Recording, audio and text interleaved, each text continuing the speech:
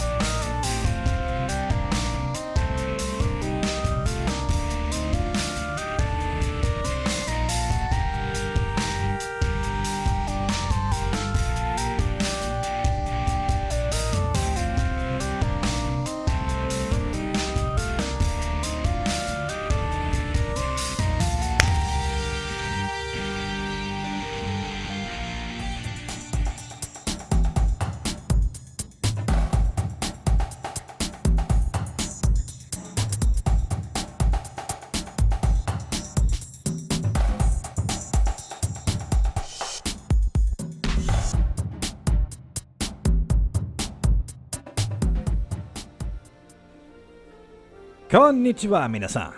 Watashi no na wa Jimena desu, and here it is. The game that caused me to put Star Trek on the back burner, and if you know me, you know that takes some doing. So, who's responsible for this?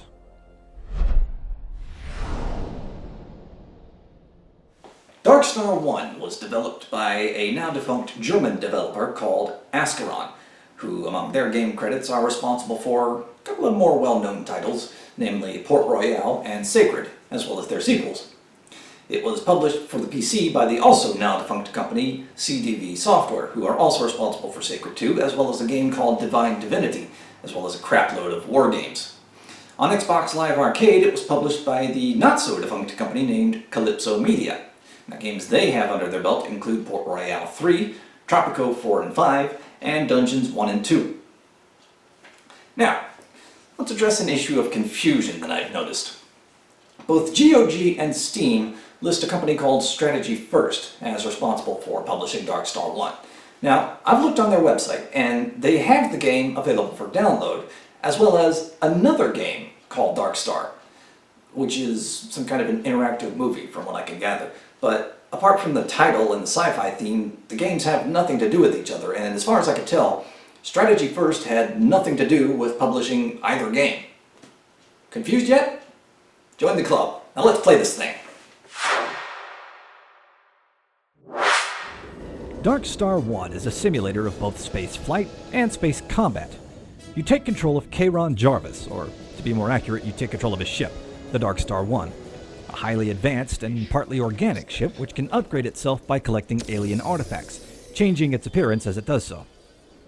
The ship was left to Kayron by his father, who was killed during a flight by a hostile race called the Thule. You later learn this was due to sabotage caused by a man named Jack Forrester, so Kayron makes it his mission to hunt Forrester down, but before he can do so, he needs to improve both the Darkstar 1 and his control of it. Do you know where he is? That's basically the gist of the story, at least from what I've played of the game so far. The first improvement you must make to that end is an advancement to your field drive, which will allow you to travel to more distant systems. More on the navigation later. Find him, Charon, but be careful. You'll need credits to get the field drive improvement, and I mean lots of credits. Luckily, there's lots of ways to get credits.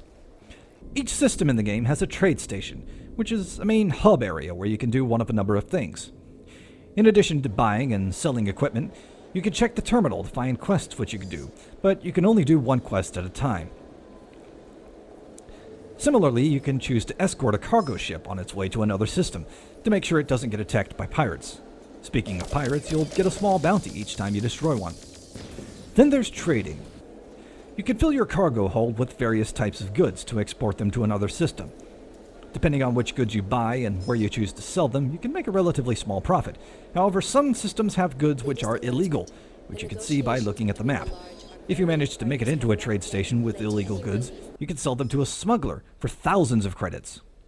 Now, I haven't tried this yet, but you can even become a pirate yourself by stealing the cargo of other ships.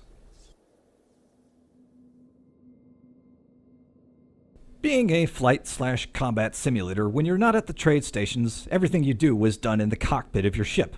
Now, when starting a new game, I would highly recommend taking on the 3 training missions available at the start. There's a lot of information on the screen and many different controls and functions, and if you skip the tutorial missions like I did in my first playthrough, it can be quite confusing. For this video, I'll concentrate on the controls I've been using most often. You're almost constantly moving, so in this game, the WAS and D keys are relegated to thrusters. Your ship's velocity is by default set at 100%, and holding the W key boosts it to 150% temporarily. The S key rapidly slows you down and even reverses you depending on how long you hold the key, while the A and D keys strafe you left and right. You can set your base velocity from 0 to 100% in 10% increments by using either the plus or minus keys in the number pad or the mouse wheel. You can target various ships and objects in a system by holding down the T key, highlighting an object with the mouse, and releasing the T key. Doing this with a ship allows you to contact that ship by pressing the K key. This is required with trade stations before you can actually dock with them, provided you don't have too high of a criminal record from smuggling or piracy. The left mouse button fires your main laser weapon. If you have any missiles, once they've locked on, you let one fly with the middle mouse button.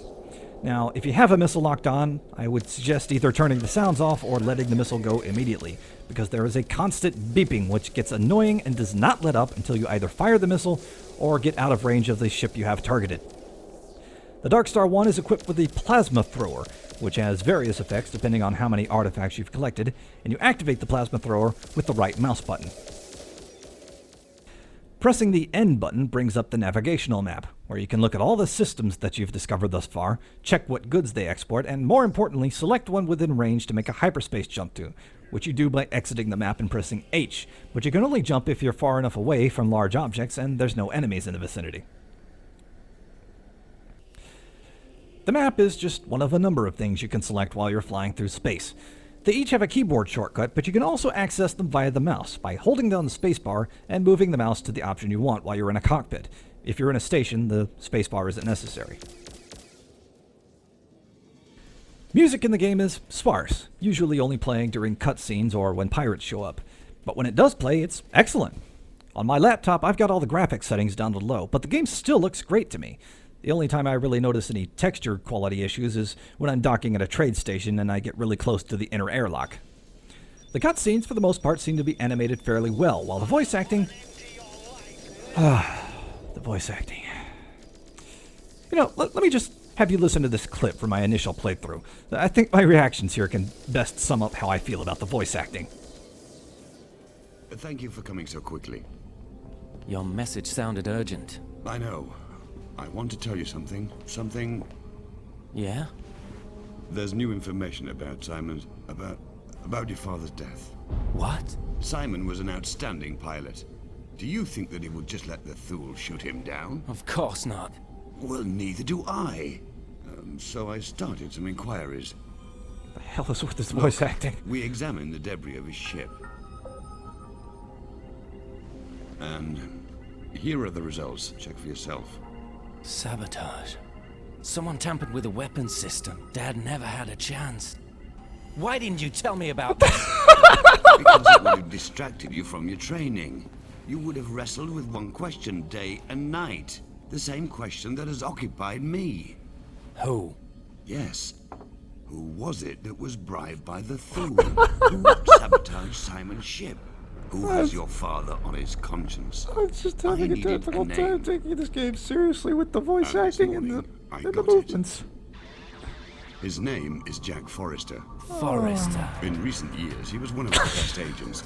He disappeared shortly after Simon's death. Oh, man. Do you know where he is? Don't know.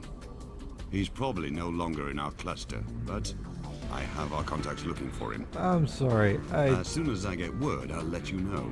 I'm sure the story of this game is I understand you probably want to interesting find and everything, Ascaron, but be careful. We just still the need you. acting and the Jack is blocking. an excellent pilot, but What he the is hell? unscrupulous. You must have good command of your ship, or you won't stand a Oh, chance. well, we're screwed Don't then, because worry I still about don't know it. how to fly that piece of crap. Yeah, the voice acting in this game is... well, I think hit and miss is the kindest way I can put it. Plus, it seems to suffer from Elder Scrolls syndrome, where it seems like the same 2 or 3 people voice all the minor characters in the game. Also, there have been a couple occasions, I'm pretty sure, where a pirate attacked me with one voice, and later in that same fight, that same pirate would have an entirely different voice.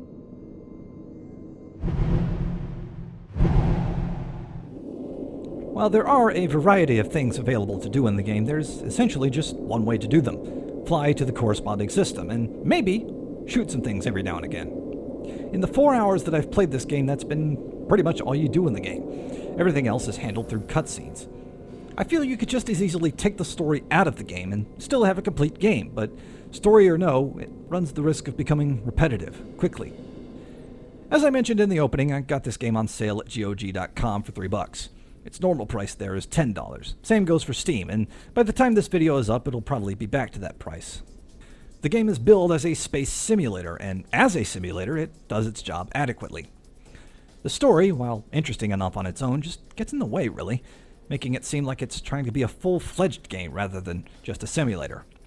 If the story weren't there, or even if it weren't told through cinematic cutscenes, I wouldn't have a problem, but with all that there is to do in the game, the story takes a back seat, and in this case, that's not a good thing.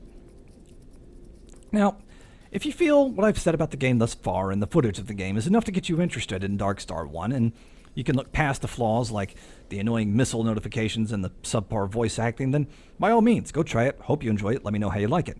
But if you want my advice, I would wait until this game is on sale again before giving it a try.